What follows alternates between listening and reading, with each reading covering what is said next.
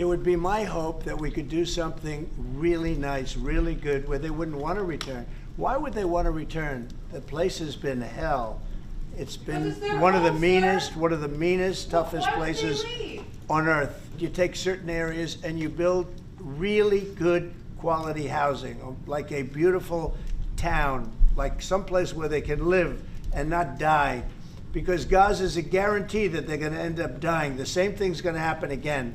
It's happened over and over again.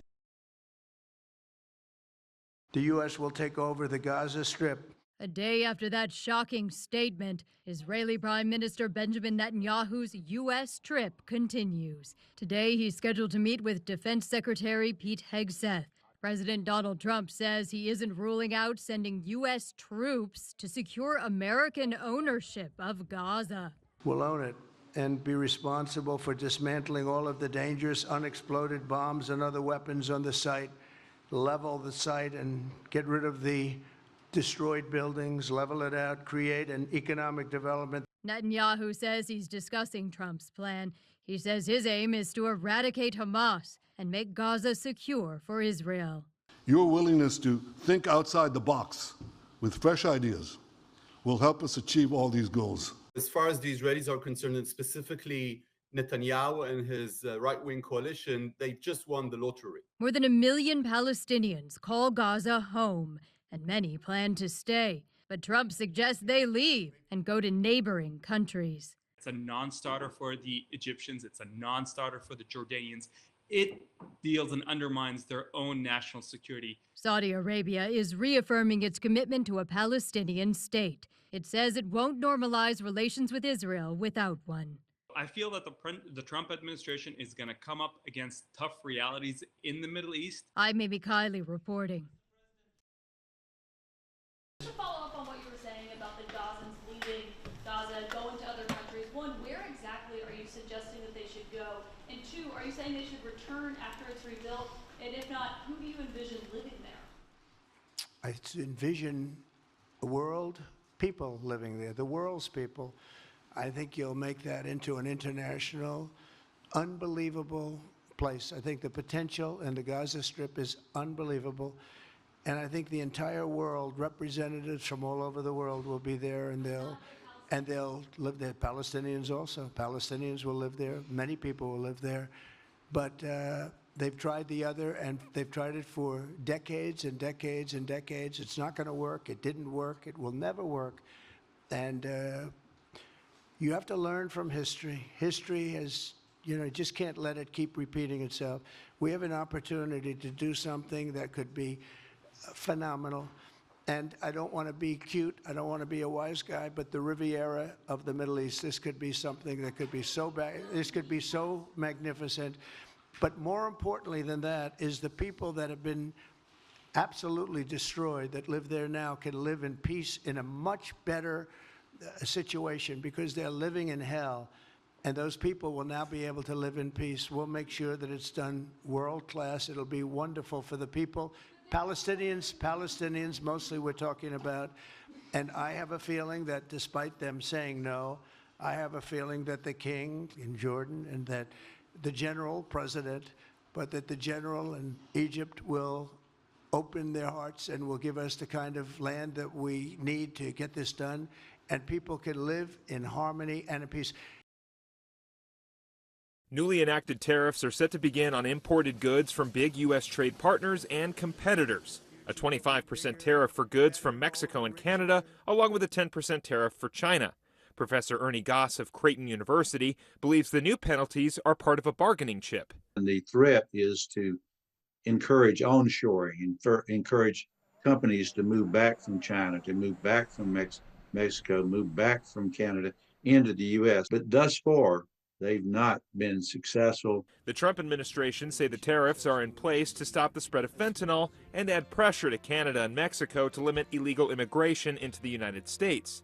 Along with higher prices on goods from those countries, Professor Goss believes the tariffs could cause retaliation. Countries could increase tariffs on U.S. goods, which might raise the cost of living. For Nebraska, it's particularly important. Mexico is the top nation to receive our corn, for example, our agricultural exports. So that's very important.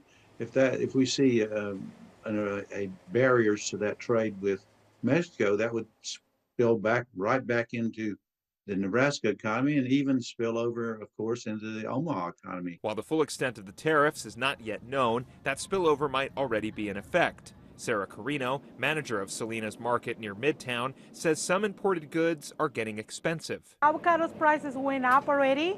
Eggs, the milk, most of the dairy products, they went up. A lot of some of the vegetables, limes went up too. Mangoes, we got a lot of them that went up. Carino says canned items and merchandise come from Chicago, but a lot of their products, including fresh produce, are from out of the U.S. If prices continue to rise, not only would it drive customers away, it could shut down the store. For now, Carino is thankful the community has continued to show its support. Thanks to God first, and thanks to the people that come in and buy something, live, buy a vegetable, buy something. Everything little by little keeps growing, We are a strong community, and if we all keep strong, we will survive. In Omaha, I'm Philip Katafamo, First Alert 6.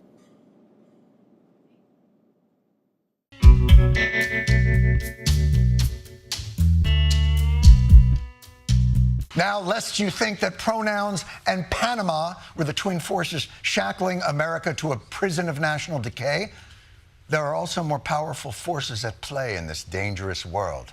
A new era of trade wars. Trump says tariffs are coming on Canada and Mexico and even the European Union. What is happening? Do we have any friends? I mean, Mexico, I get. Trump's been hate-f***ing Mexico pretty much since the escalator. That's the truth.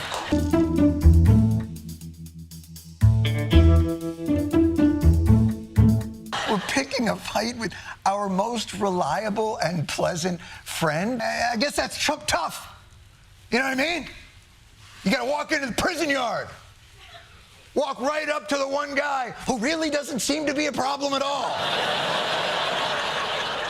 And just, yeah! Take that, best friend! Let that be a lesson to the rest of the world. We are a terrible friend. Denmark, Panama, and Canada are America. We used to fight the Nazis. Now we're scouring the globe for easy marks? What do we allow? The Jake Paul of nations? I know China's out there, but Panama's a legitimate fight. The European Union will respond firmly. Europe is bracing for a potential trade showdown with the U.S. as an American tariff on Chinese imports takes effect today. It will definitely happen with the European Union, I can tell you that, because they've really taken advantage of us. And, we have over a $300 billion deficit. The president of the European Commission says she wants to start negotiations with the U.S. early. That's instead of waiting for President Donald Trump to make good on his tariff threat. The European Union is prepared for a robust but constructive dialogue with the United States. Trump says he plans to have such a dialogue with Beijing soon. As of today, U.S.-based companies must pay a 10% tariff on Chinese imports. China says it's responding with tariffs on a few U.S. exports after an initially muted response. China has long been preparing for less exposure to the U.S. Trump says he's postponing 25% tariffs on Canadian and Mexican imports, which many economists call inflationary. Trump says those countries have made concessions around border security. Views are mixed on whether that dispute with America's neighbors was worth it. There's a cost to U.S. credibility and there's a cost to Trump's credibility. I think in the case of Canada, it probably is a negotiating tactic. In the case of Mexico, we have to get their attention. I'm Amy Kiley reporting.